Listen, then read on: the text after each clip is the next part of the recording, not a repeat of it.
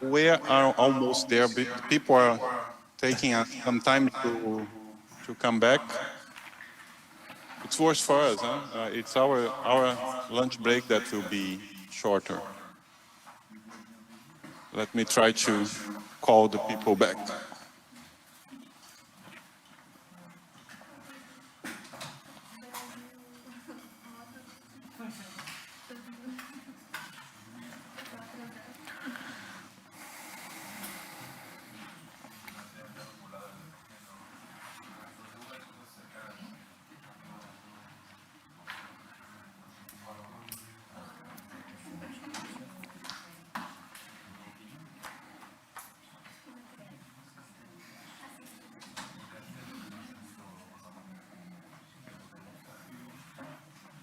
Okay, so welcome back.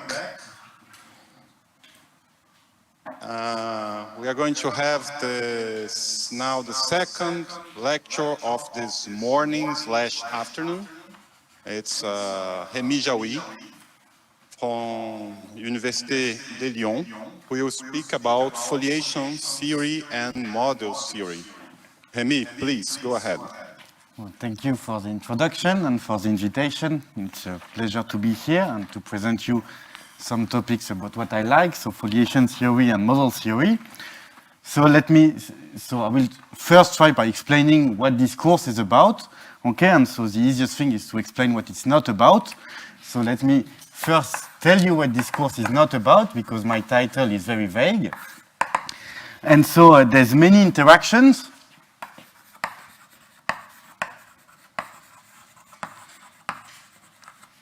Okay, between model theory and foliation theory.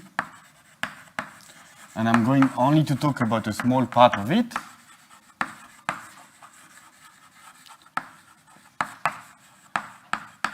Okay, so what this talk will not be about, this mini course, is about so finiteness result and point counting result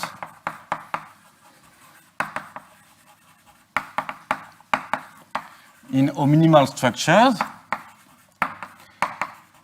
So people have been using, so minimal structure is a concept from model theory, from logic, and people have been using foliation to do this kind of thing. So this is, if you heard, this is the kind of things like Pila-Wilkie theorem. I'm not going to give all the names. And so this course is not about that. And the second thing it's not about, which is also a central topic on interaction between the two topics, is asymptotic development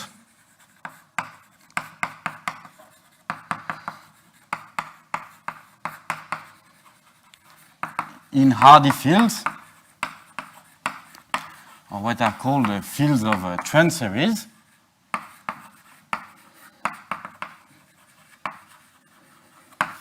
Okay, and there's a big book on this subject, which has been written by Matthias Aschenbrenner, Lou van den Dries, and Van der Hoven. Okay, and if you want to learn more about these two subjects, okay, there's a thematic month next year in the CIRM.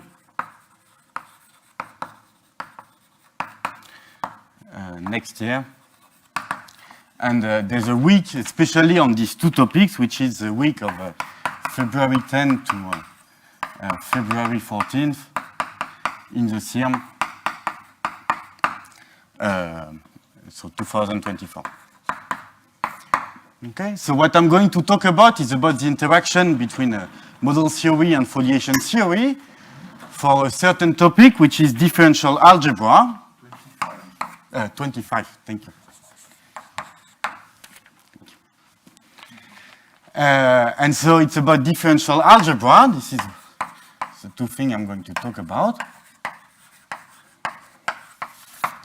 Okay, and I'm going to explain you two problems of differential algebra that are central problems in differential algebra. So to give you a bit of history, so the modern foundation of differential algebra were by Joseph Ritz in around the 1930s. Okay, and you have, so I'm going to talk also about work a bit later from the 70s, where important names are Colching, Rosenlicht, and James Axe. Okay, and I'm not going to go further, or I would have to put too many names. And so there's two topics I want to talk about. So it's two problems of differential algebra.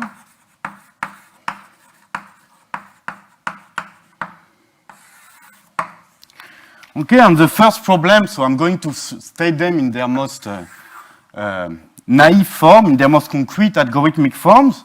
So the first problem is the following. You're given an algebraic differential equation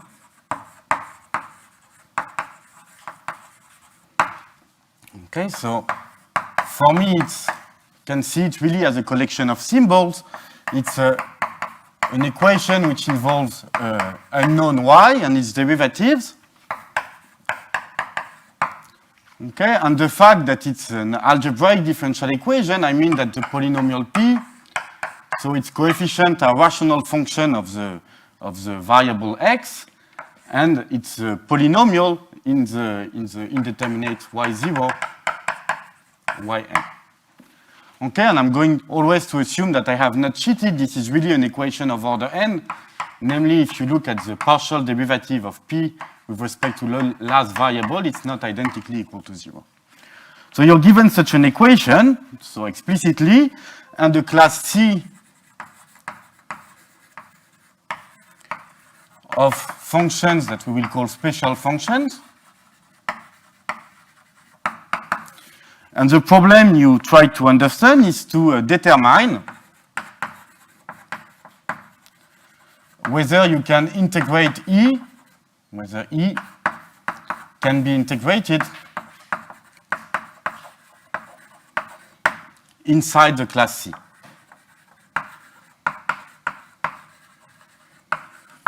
Okay, you're given, I give you two informations, the algebraic differential equation, and I give you the class of special functions.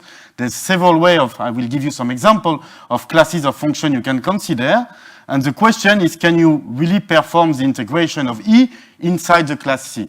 So you see there's two different questions. Either you can ask, can you get one solution of E inside the class C, or can you get all the solution of E inside the class C? Okay, I'm going mainly to consider the second problem here. And the second part is that, okay, if E can be integrated within the class C, can you produce effectively an integration of E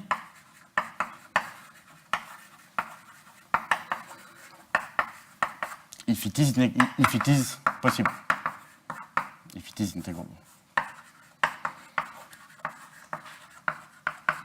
within C.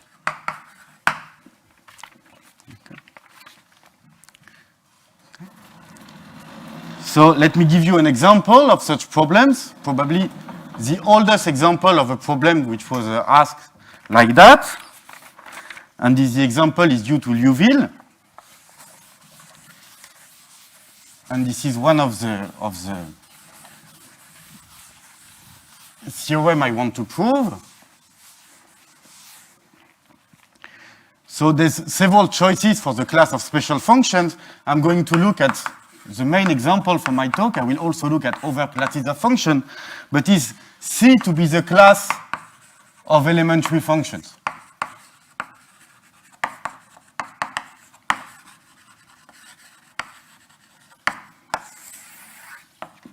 Okay. So elementary functions were introduced by Liouville. So Liouville called them fonctions finies explicites.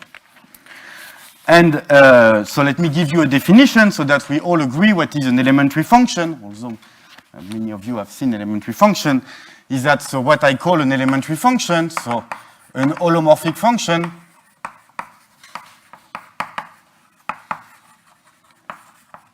that I will denote f of t, okay, is an elementary function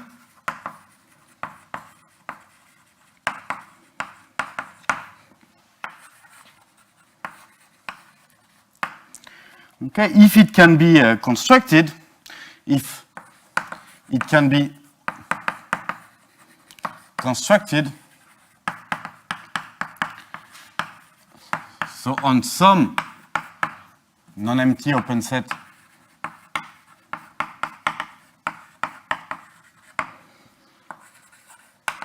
of its domain of definition. Okay, so you might have to restrict a little bit the domain of definition of your function, but if you restrict the domain of definition of your function, you can be constructed using the following operation. Using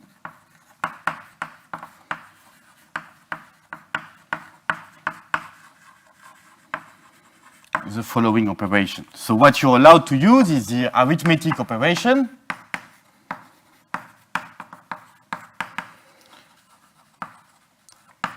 Okay, so plus, times, minus, and divided. So if you have the sum of two elementary functions, the product of them, the difference or the division is still an elementary function, and complex multiplication, and multiplication by a complex number.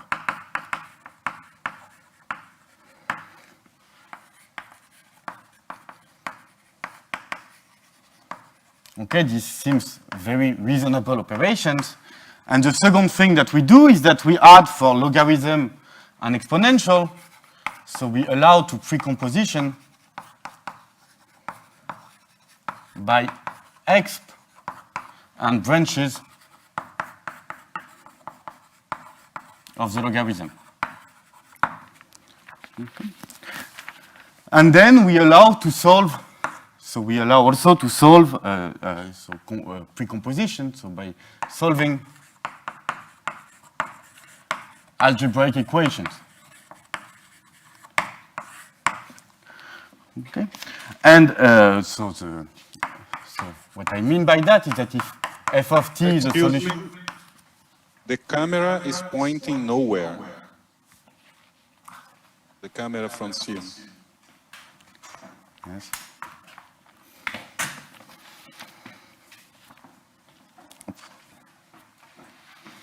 Better now, thank you.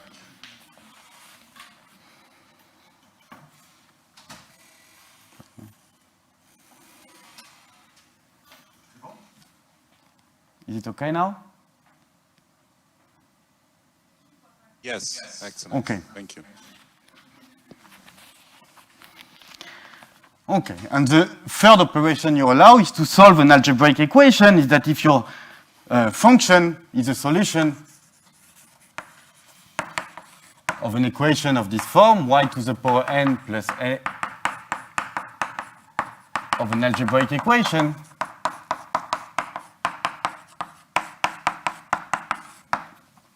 okay, and the AI, so the AI of t are elementary,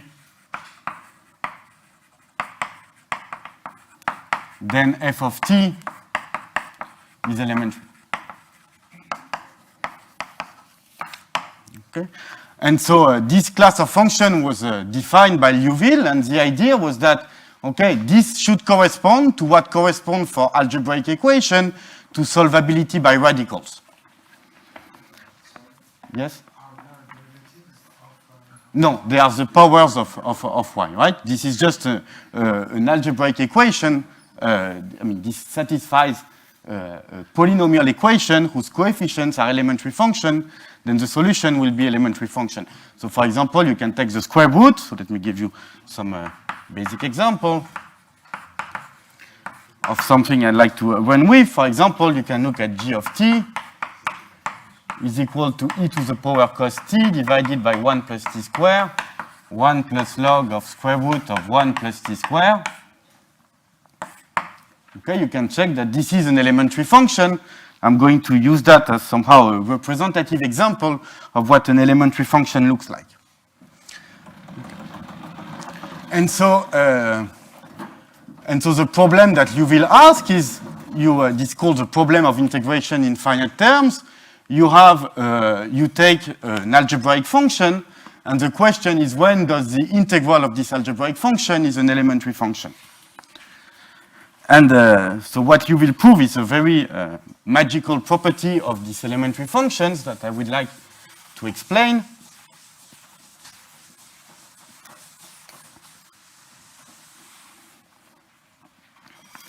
Okay, so it's a theorem for Neuville.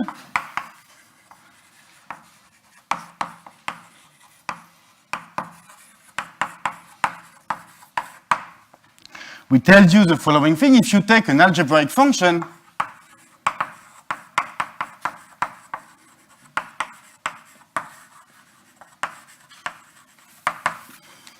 okay, if the integral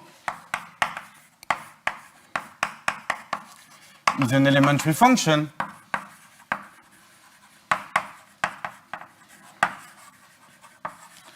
then actually it has a very specific form. It is of the form the integral of f of t dt is equal to a rational function of t f of t plus the sum of logarithm of rational functions applies to t f of t. Okay, so here the ci's are complex numbers and the ri's are rational functions of two variables.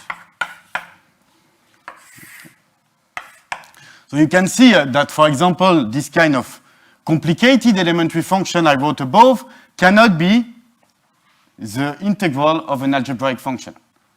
Okay, this follows because you cannot write it in this form. This is not too hard to check. But it also tells you that when you look for when a function of this form, which is the integral of an algebraic function, is elementary, then you have a lot of restriction on the shape of the elementary function you look at. And so examples, okay, so there are examples of Abel and Neuville. So let me give you that. Here I gave you an absolute statement where the data is an algebraic function, but there's also a relative statement where your function you start with is itself an elementary function.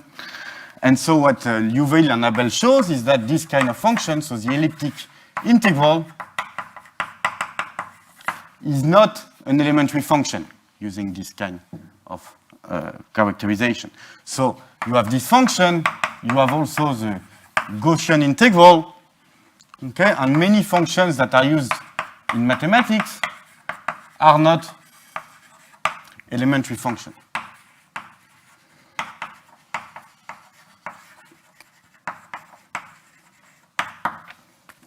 Okay. And so one of the goals of my mini course will be to give you a complete proof of this theorem and to show you that it's related to a theorem that is well known from transcendence, which is the theorem of Axe-Schanuel. And the second thing I want to say is that there are some modern improvements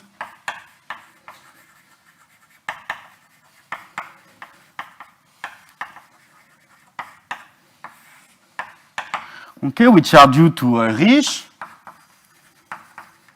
in 1969. So Risch papers is Davenport in 1981 and Pilat-Zimmermann in 2022, which actually show that there is an algorithm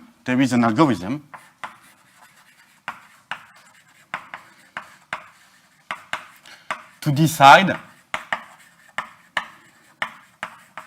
whether the integral of an algebraic function is an elementary function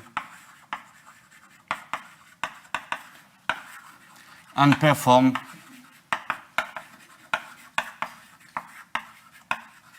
the integration. Okay, so in this specific case of elementary function and this very specific kind of differential equation, which is just taking the primitive, then you actually have an algorithm. So when I say there is an algorithm, it is a theoretical algorithm.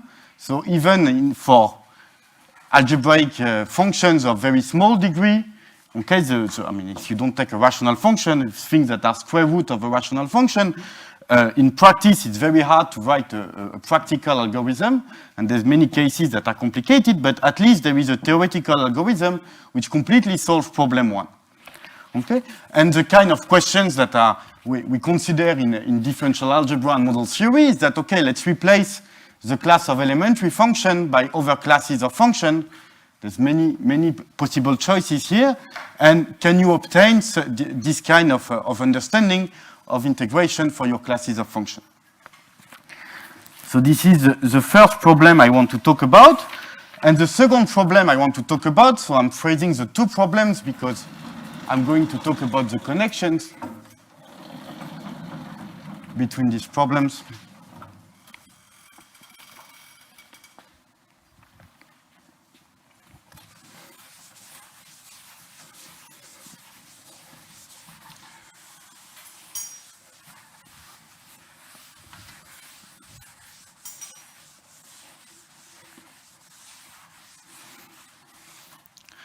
And so the second problem is the following. So you start, so this is again a problem of differential algebra. So you could see that the first problem was motivated by calculus. Okay, can you actually perform integration of functions that you know? The second problem is motivated by transcendence. Is that you're given, so this times n holomorphic function.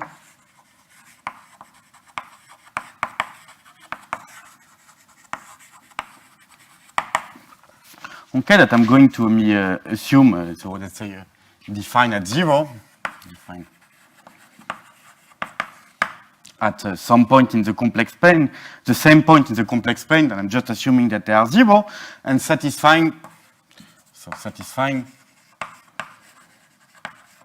algebraic differential equations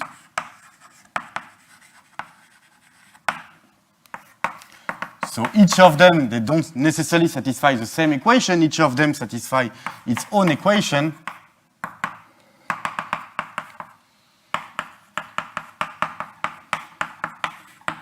Okay, and how do you, somehow, if you think about an algorithmic perspective, how do you give these functions to a computer? Okay, giving the differential equation is a finite amount of data because you just have to give the coefficients, which are rational functions. And the second thing that you specify the initial conditions, so specified by their initial condition.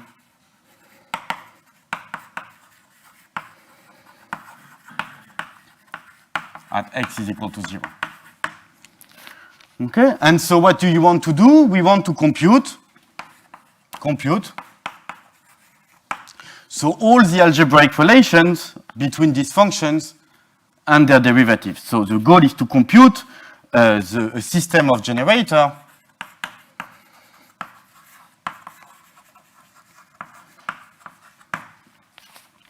okay, for, so let's make the ideal,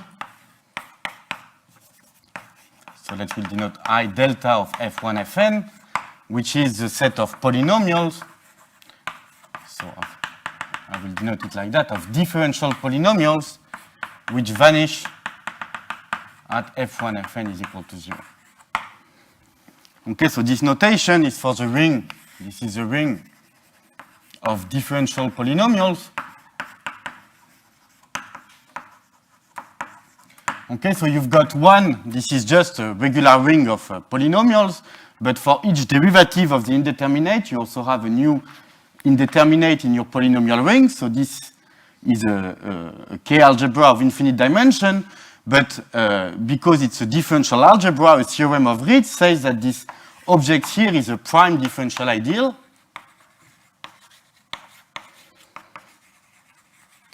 Okay, this is not a Noetherian ring, but as a differential ring, it behaves like something Noetherian. So this ideal is finitely generated, and the question is, can you compute a finite set of generator for this ideal? Okay, so it seems like something that one would never be able to do, but actually, so a theorem of Reshevsky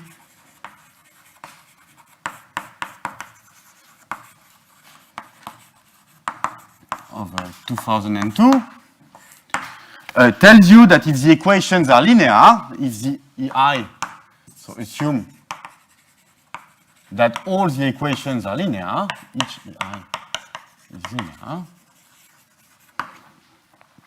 okay, and the coefficients are in Q bar of x, and with coefficient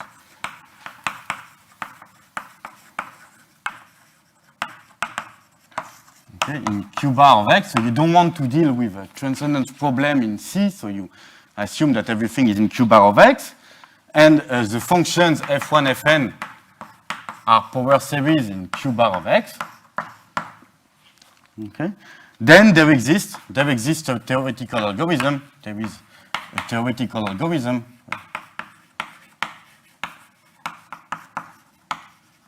solving problem 2.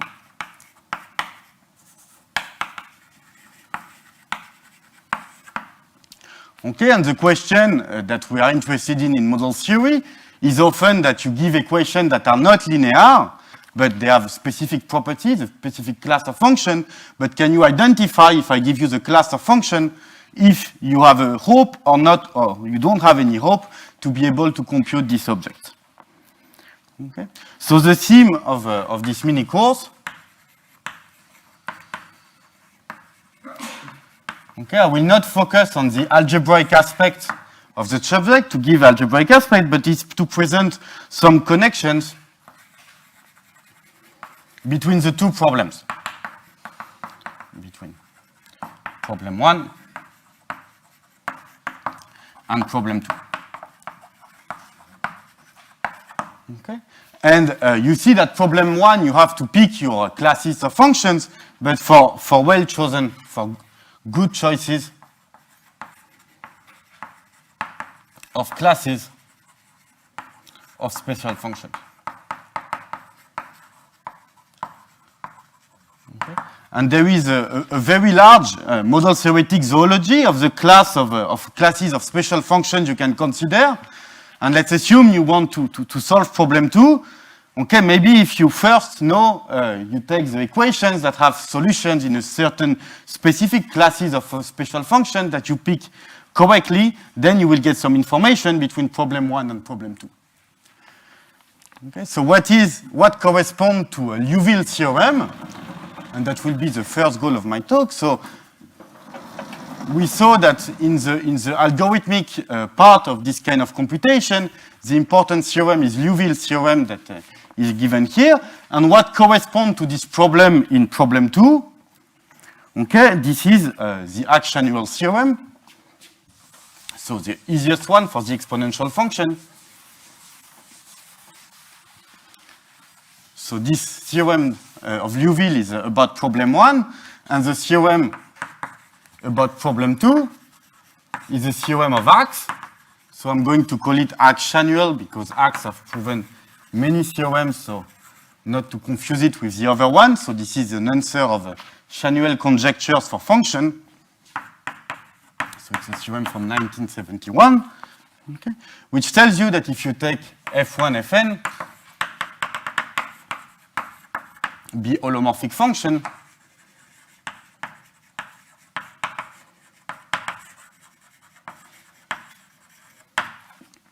when you compute, every time that a holomorphic function is an holomorphic function in one variable, right? Yeah, you're right.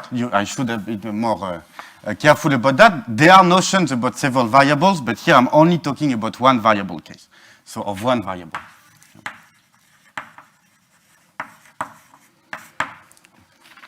Okay.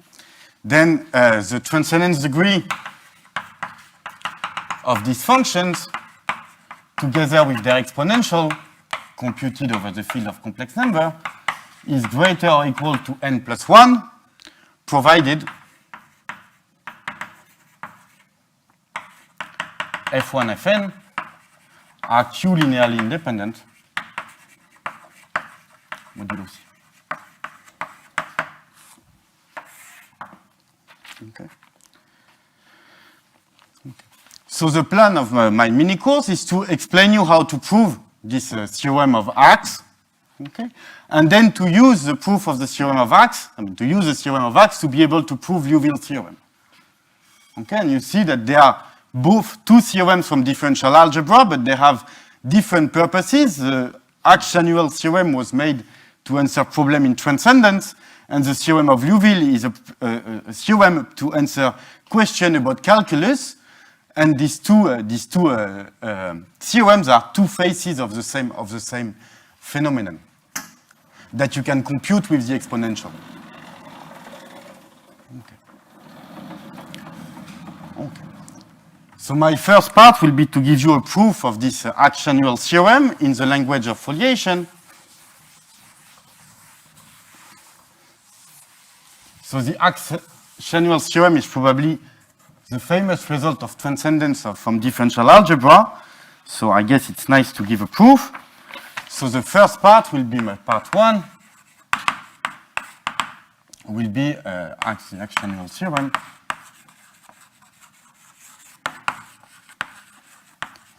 In the language of foliations.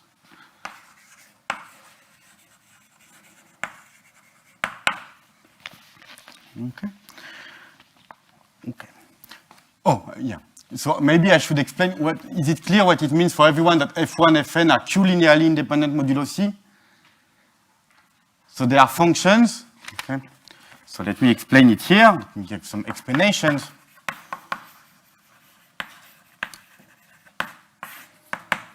Okay. So when I say that F1, Fn are Q linearly independent modulo C, okay, it means that you have no relations, means no relation of the form Q1 F1 of t plus Qn Fn of t is equal to C for all t in D, where D is the domain of definition of your F1 and Fn. Okay, so these are rational numbers.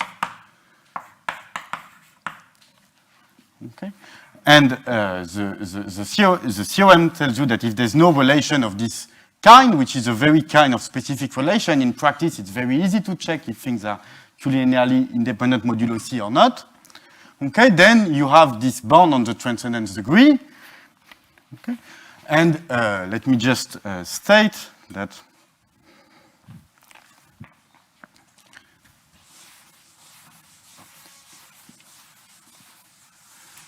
okay. So all these functions, they are defined over an open set D. So I'm going to compute, when I'm computing this transcendence degree,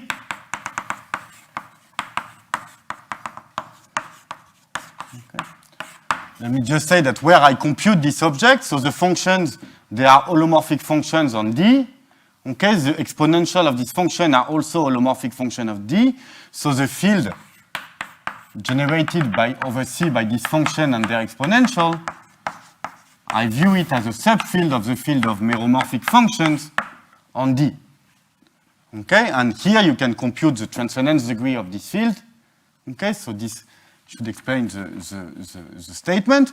And if you're familiar with the number theoretic case of the Chanuel conjecture, actually the assumptions are stronger because we assume that the functions are Q-linearly independent modulo C, while the assumption in the Chanuel conjecture is that the numbers are Q-linearly independent.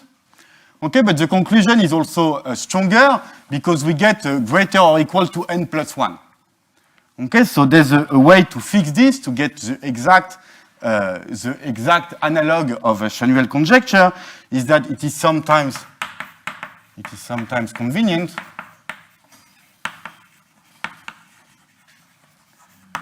okay, to rewrite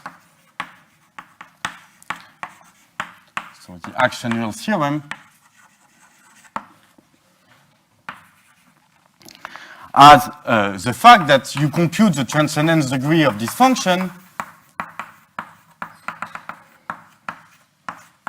okay, but instead of computing it over C, you compute it over C of t, okay, and you get rid of the linear dimension over Q of this function. So this is the linear dimension of this function modulo C is always greater or equal to n. Okay, where for all holomorphic functions.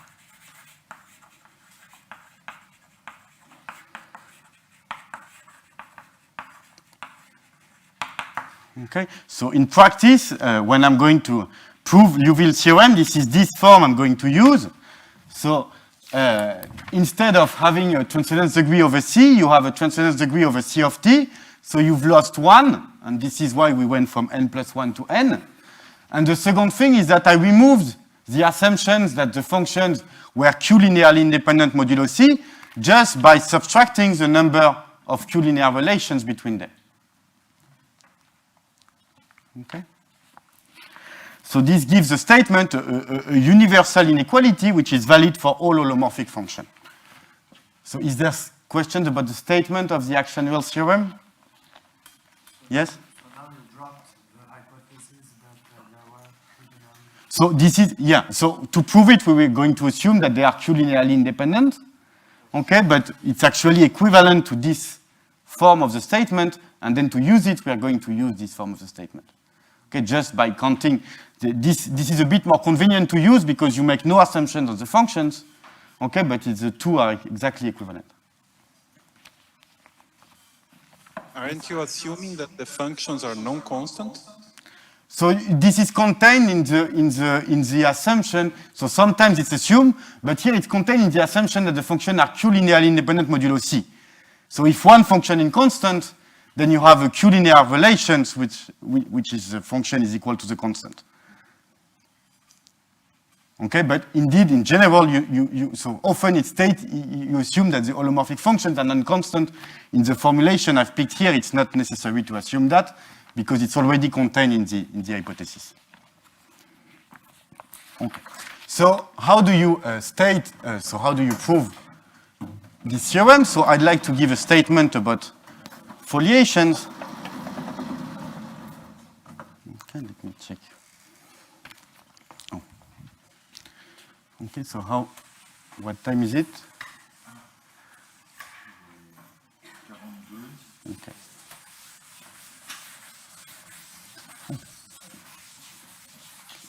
So how do I make a language? Okay, so the proof I'm going to present is due to essentially Axe and the Rosenlicht reformulation of Axe theorem, and I'm going to present it for the exponential function, but it works for the exponential function of any semi-abelian variety, so it will work for the Weierstrass P function, for example. Okay. So the setup is the following. So here is the setup I'm going to work with. We have X, a smooth, irreducible, complex algebraic variety.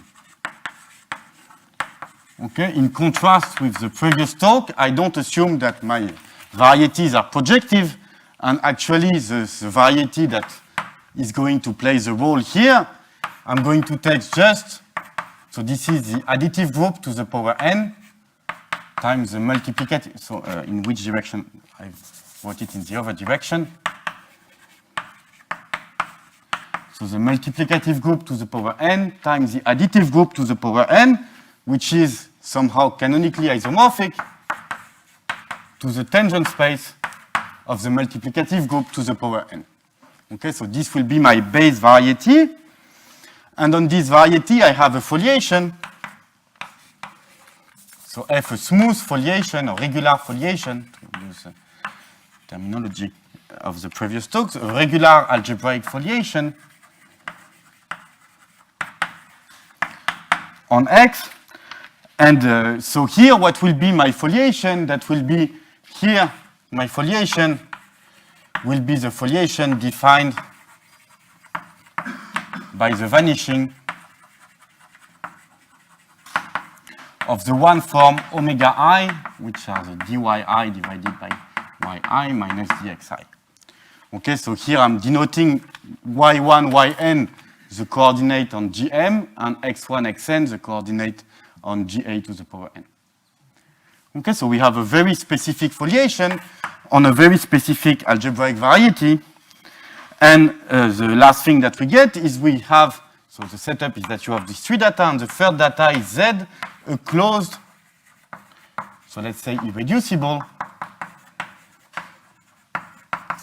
subvariety of X. Okay. And here, what is the Z? This is the Zariski closure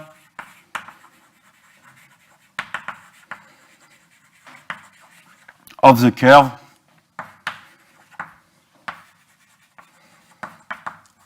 t gives f1 of t, fn of t, e to the power f1 of t, e to the power fn of t.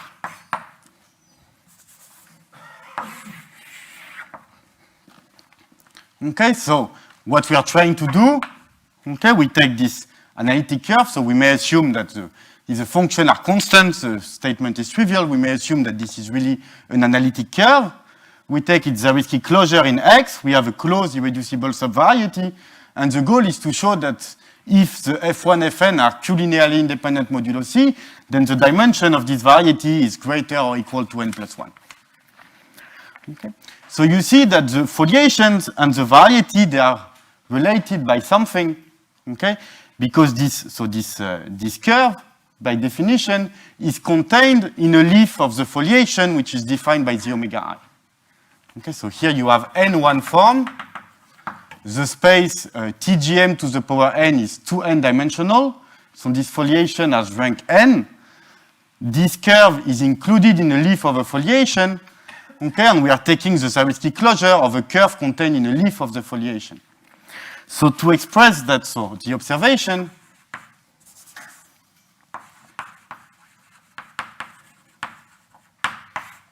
is that the position, so Z and the variety Z and F are in a particular position. Okay, I haven't chosen my algebraic variety at random. I've taken the Zariski closure of a curve which is contained in a leaf. Okay, and so the first goal will be to explain what is this particular position about. And so for that, I'm going to redefine something that I guess you all know, but for me, it's not such an easy construction. We are going just to consider the restriction of the foliation F to the subvariety Z. Okay.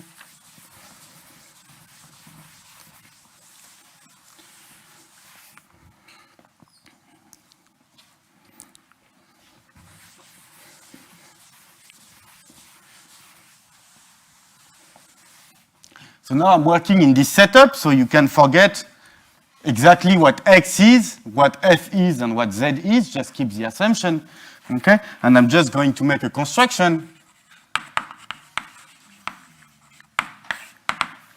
Okay, is that we may define. So what I will denote like that, the restriction of the foliation F to the subvariety Z. Okay, so restriction of F to Z. Okay, so to simplify, I'm going to assume that Z is normal. There's several ways of avoiding this assumption. You can replace Z by an open set, or you can replace Z by its normalization, but so let's assume that Z is normal. Okay. So what you do is you do so I'm sure you all know this construction, since I'm going to present it in the most concrete possible way I can think of, at least for me, is you start with an open set U included in X such that U intersected with Z, the Zariski closure is Z. Okay, so you start with an open set, which is an affine open set.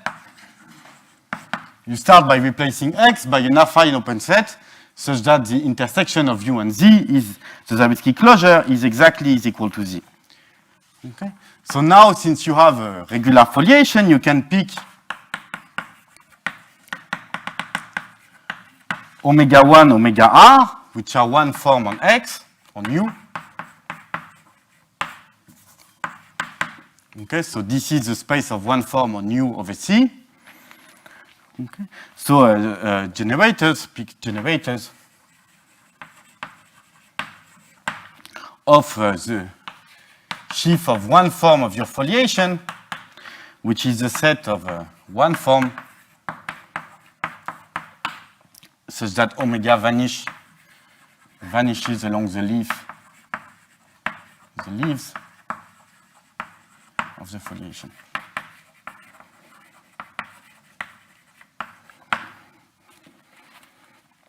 Okay. So now you denote by phi from z to x the closed immersion.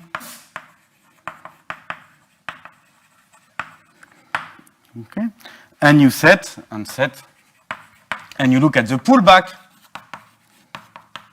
of all these one forms.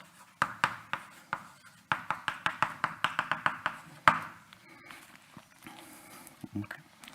And now you do the same thing for, so now you consider,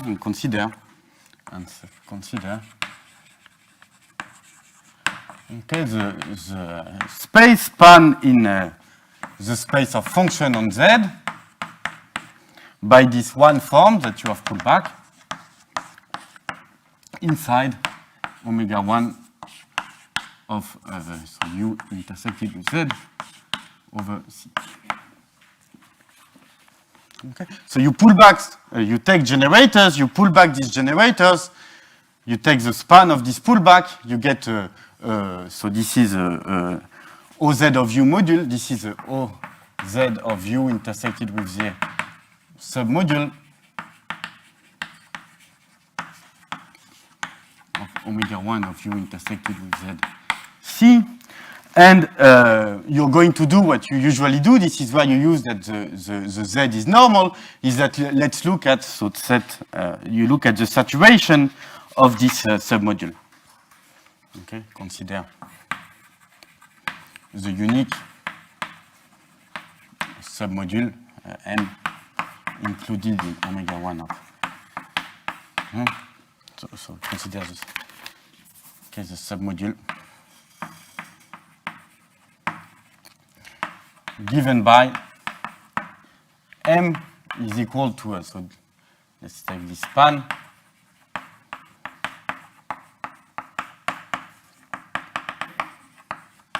and you take the double dual of this, okay, okay, and now you know that by the theory there is a unique foliation on Z using that Z is normal, such that it coincides with M on this open set. And there is a unique foliation. There is a unique foliation on the, let's say, G, such that omega 1 of G U intersected with Z is exactly this M. Okay. And so this G is what you call the pullback of the foliation F to Z. Okay. So I guess you know this construction.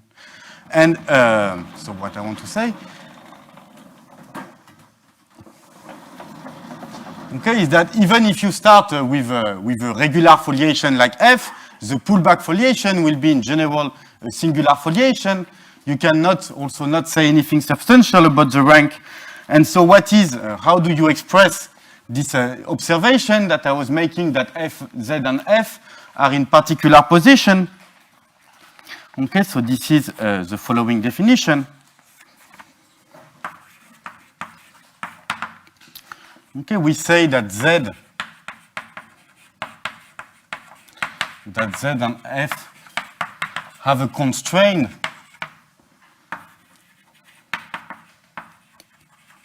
intersection. Okay, the word constraint come from Kolchin. If, so equivalently, so one of the two following conditions happen. The first one is that the foliation, so the restricted foliation, okay, the restriction of F to the subvariety Z has no rational integrals, has no non-trivial rational integrals. Okay, so we, in the first course, we were seeing these foliations, which were fibration, okay, and it means that the leaf of the foliation are not contained in a non-trivial fibration. Okay, and there's another way to say the same thing, is that you can say that some leaf, so okay, maybe some leaves of this foliation are algebraic subvariety of Z, but some leaf is Zariski-dense in Z.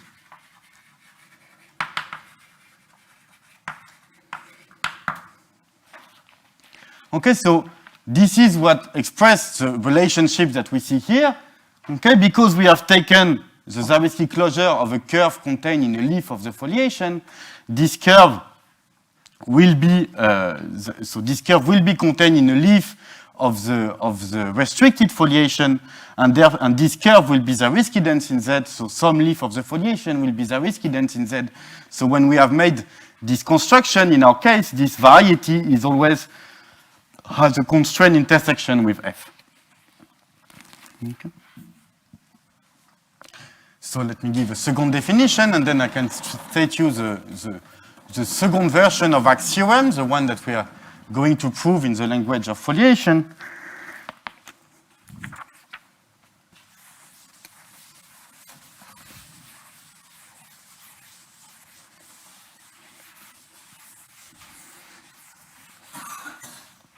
Okay, so I gave you a first definition, what is to have a constraint intersection, and now let me define what is to have a typical intersection. So we say that the intersection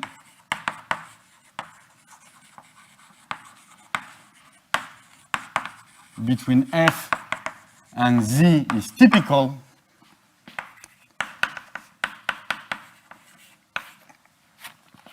okay, if so the codimension, so in Z of this foliation, so the co-rank of this foliation is precisely what you expect it to be, so the minimum of the codimension of in X of your foliation and the dimension of Z. Okay, so it tells you that what do you expect to be typical. So if Z has too small dimension, then you expect that the restricted dimension, the restricted foliation has rank 0, otherwise it has dimension of Z.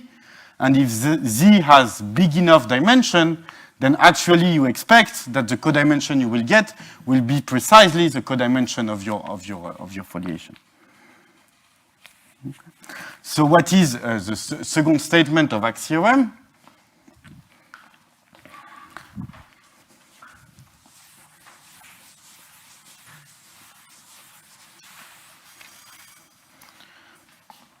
So the second statement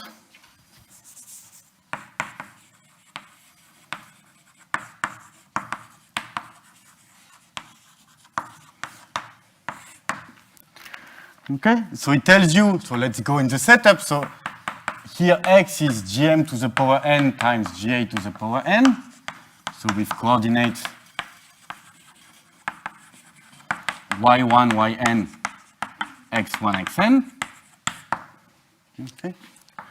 F is the foliation defined by the omega I, which is d over yi minus dxi.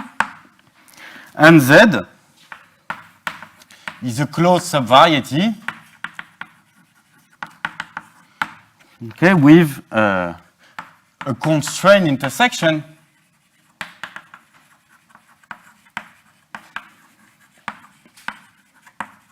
with F.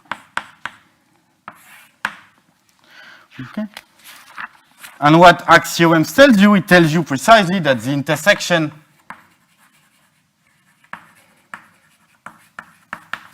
between Z and F is typical if and only if the projection of Z, so P2 is the projection from GA, from the multiplicative group to the additive group to the additive group.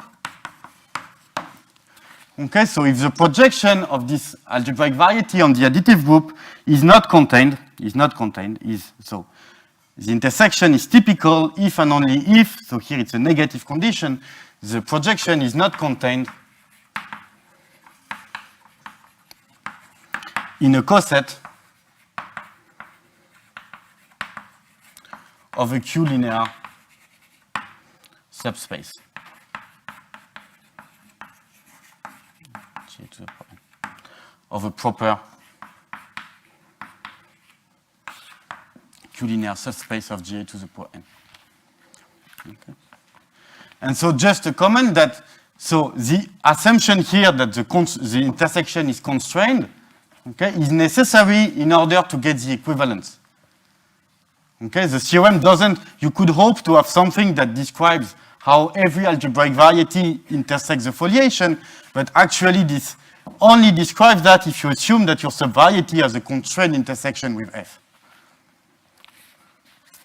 Okay, and so I will give you some example of subvariety which do not have a constrained intersection with F, which have a typical intersection and which are not of this form.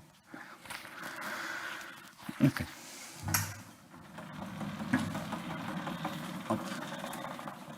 So this is the statement we're going to prove. So how long do I have left? No. I don't have my... George, how long? So we start a little bit late, but it's already noon here. Okay, so let's stop here. So next time I will give you a proof of this theorem. I'll let you show yourself that the version 2 implies the first version that I gave before, and we will give a complete proof of this theorem next time, tomorrow. Okay, I think we can thank the speakers from both sides of the Atlantic.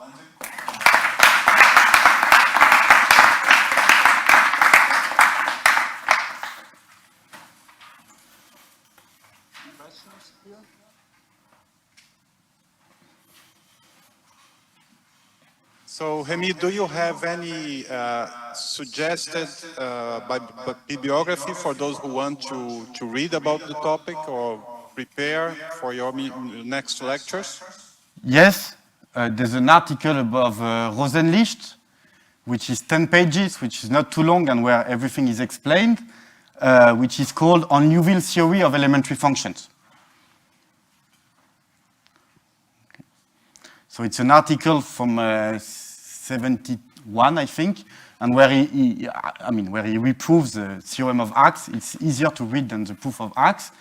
There's also some purely geometric proofs. So in the work of Jonathan Kirby in model theory, so it's called the exponential differential equation on semi-abelian varieties. Okay. Okay, thank you. Yes. Any other question?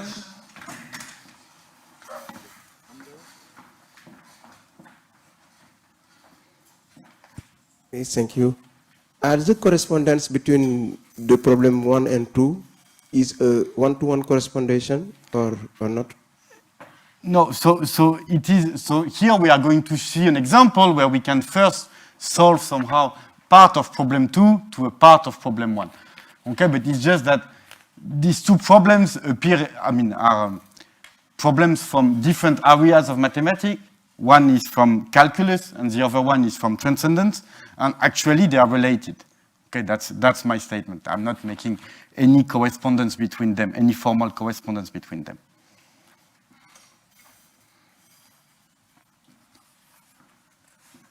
Can you just restate the equivalence?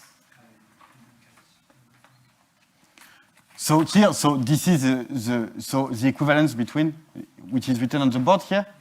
So we gave this definition, which is what do you expect to be the codimension of the restricted foliation if somehow the algebraic variety Z and the foliation F are not expected to be in any particular situation.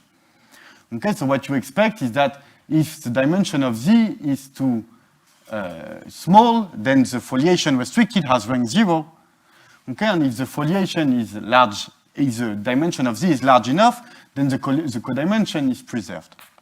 Okay, and so the theorem tells you that, so what you want to describe is what are the things that are not typical intersection. And the theorem tells you that if you have an intersection which is constrained, okay, then the intersection is not typical, or you can negate any shape of you want of the equivalence. The intersection is not typical if and only if the projection of Z is not contained in a coset of a Q-linear subspace. Okay, so in this example, what would happen is that if you assume that dimension of Z is too small, okay, then the intersection would not be typical and it would be constrained. Okay, so you could apply this theorem and it tells you that the projection of your variety will be contained in a coset of a proper Q-linear subspace, which will show you that your functions, okay, are Q-linearly independent modulo C. Okay, so if something, so this is this is what you expect. If something, the point is that you can describe exactly when you don't get what you expect to get.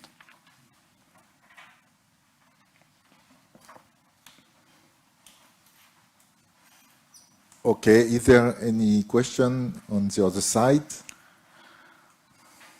I don't think so, Frank. We can thank the speaker again, I guess.